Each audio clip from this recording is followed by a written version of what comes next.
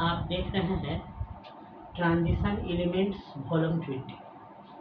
तो इस अंक में हम इनडायरेक्ट स्पीच बनाने के लिए या रिपोर्टेड स्पीच बनाने के लिए सेंटेंस में किस प्रकार का परिवर्तन करेंगे यह हम लोग देखेंगे। तो जिस प्रकार से डायरेक्ट स्पीच को इनडायरेक्ट स्पीच में बदलते हैं तो चार प्रकार का चेंज करते हैं। तो पहला चेंज हो गया चेंज ऑफ प्रोनाउन, दूसरा चेंज हो गया चेंज ऑफ एडवर्ब, तीसरा चेंज हो गया चेंज ऑफ टेंस, चौथा चेंज हो गया चेंज ऑफ सेंटेंस। तो इस अंक में हम चेंज ऑफ सेंटेंस को देख रहे हैं। तो जैसा कि हम लोग जानते हैं कि सेंटेंस 5 प्रकार के हैं। तो 5 प्रकार के सेंटेंस में हम 3 प्रकार के सेंटेंस को यहाँ देखेंगे और अगले अंक में माने कि 21वें अंक में वॉल्यूम 21वें में हम लोग क्या करेंगे, वॉल्यूम में इसका एक दूसरा भाग देखेंगे चेंज ऑफ सेंटेंस का।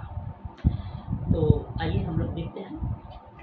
तो transition elements volume 20 change of sentence. अगर हम चेंज ऑफ सेंटेंस कर रहे हैं, अभी हमने बात की कि सेंटेंस 5 प्रकार के, उसमें असर्टिव सेंटेंस, इंपरेटिव सेंटेंस और ऑप्टेटिव सेंटेंस किस प्रकार से चेंज करेंगे वह हम लोग देख रहे हैं। तो असर्टिव सेंटेंस का ये डीएस है, ये आईडीएस है।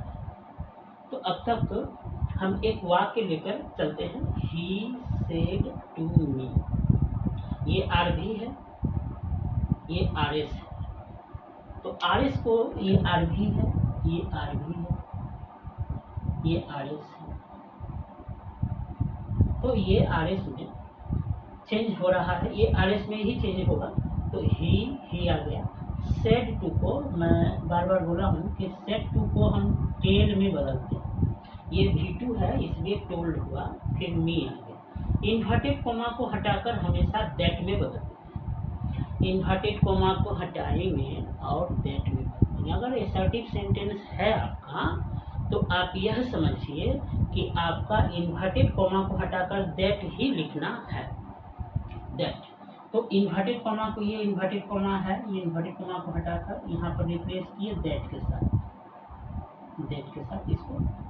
उसके बाद में अन्य जो परिवर्तन है उसको करेंगे। अन्य परिवर्तन क्या होगा, जैसे ये प्रोनाउन है फर्स्ट पर्सन, तो फर्स्ट पर्सन हमेशा आरवी के सब्जेक्ट के अनुसार होगा। आरवी है ही, इसलिए यहाँ ही आया। इज आरएम का पिछले अंक में हमने चर्चा किया कि इज आरएम को वाज में बदल देंगे, ही के साथ वाज लगेगा इसलिए वाज हो गया, ये रेडी है। ये हमारा आईडीएस बन गया। आई से इनडायरेक्ट, आईडी से इनडायरेक्ट, एस से स्पीच। दूसरा वाक्य है Ram said I am fine. तो राम सेड ठीक हमने लिखा, यहाँ पर कोई ऑब्जेक्ट नहीं है इसलिए हमें टोल्ड में नहीं बदला, टेल में नहीं बदला। ऑब्जेक्ट होने से को टेल में बदल देते हैं। पास्ट टेंस में हमेशा टोल्ड होगा। तो इन्वर्टेड कोमा हटा करके फिर यहाँ हमने दैट किया, ये इन्वर्टेड कोमा को हटाते हैं, इन्वर्टेड कोमा को दैट में बदला, यहाँ हमने दैट में बदल दिया। उसके बाद में आई फर्स्ट पर्सन है तो राम के अनुसार बदल करके ही हो गया। एम जो है एम, वह am is are was were में बदलेगा, तो ही के साथ वाज लगेगा तो वाज हुआ, ये फाइन हुआ। इस प्रकार से असर्टिव सेंटेंस हमें बदलना है। अब इंपरेटिव सेंटेंस है। अब इंपरेटिव सेंटेंस को कैसे समझेंगे, तो इंपरेटिव सेंटेंस में ऑर्डर, कमांड, एडवाइस और रिक्वेस्ट होगा। देखिए ये एडवाइस में हमेशा समझिए ये वर्ब है। अगर आप भी आई के बाद में सी अगर रहता है तो आप उसको नाउन कहते हैं, नाउन है वो। यहाँ ये वर्ब का काम है। तो चेंज आर भी इन ऑर्डर, कमांड, एडवाइस या फिर रिक्वेस्ट। ये जो आर भी है, आर भी को ये मैंने ये जो आर भी है इसको हम लोग ऑर्डर, कमांड, एडवाइस या रिक्वेस्ट में बदल देंगे। उसके बाद आफ्टर आर भी के बाद में स्टार्ट आर एस को लिख देंगे, आर भी बदल कर करके आर एस को लिख देंगे। विथ टू, हमेशा वाक्य को इन्वर्टेड कॉमा हटा कर करके टू से के बाद लिखें। अब यहाँ एक डीएस है देखिए, राम सेड कम है, तो आईडीएस हम लोग कर रहे हैं, राम सेड हो गया। देखिए यहाँ पर मैं इन्वर्टेड कॉमा को हटाया, हमने इन्वर्टेड कॉमा को हटा करके हम क्या लिख रहा है, टू फिर कम हो गया। ये हेयर है, देयर। बहुत लोग ऐसा सोचते हैं कि ये कम जो है गो में होना चाहिए, गो देयर।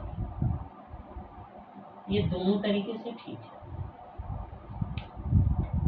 राम सेड, ये इन्वर्टेड कॉमा हटाकर गो टू लिख दिए, कम को गो और हेयर को देयर। इस प्रकार से हम इंपरेटिव सेंटेंस बनाते हैं।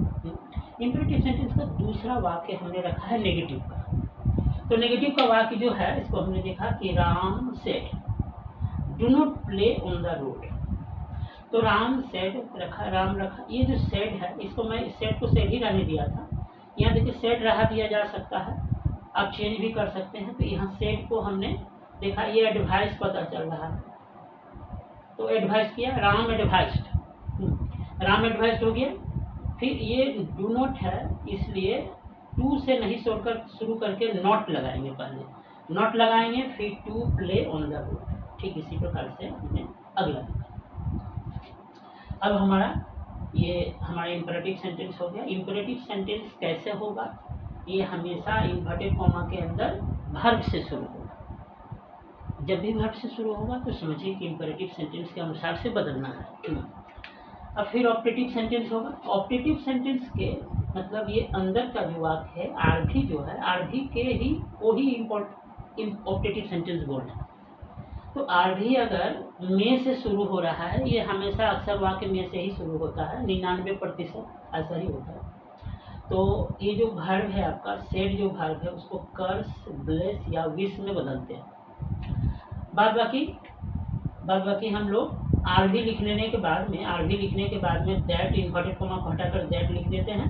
फिर इस वाक्य को सजाते हैं, पहले सब्जेक्ट फिर वर्ब फिर ऑब्जेक्ट के रूप में सजा देते हैं।